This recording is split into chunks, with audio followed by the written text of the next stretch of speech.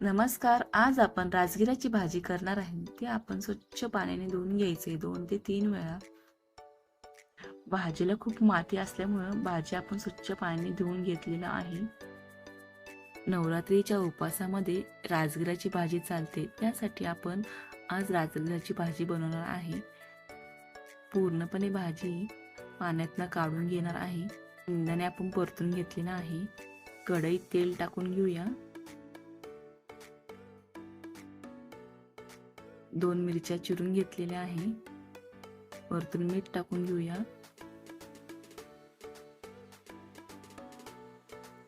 त्यानंतर भाजी टाकून घेऊया. पूर्ण भाजी टाकून वाफेवरच आपण शिजवून घेणार आहे.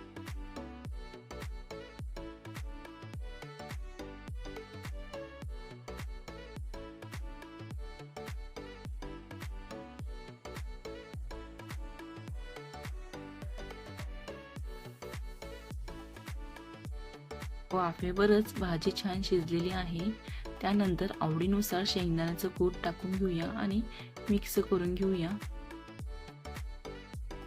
छान अशी राजगिराची भाजी तयार झालेली आहे.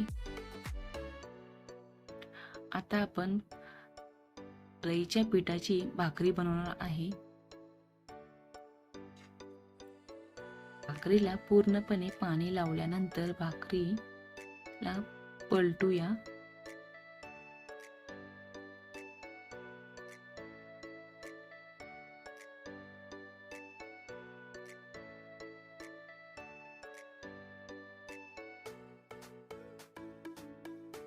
छान अशी खमंग भाकरी आपली राजगिरा भाकरी सोबत खाण्यासाठी तयार झालेली आहे.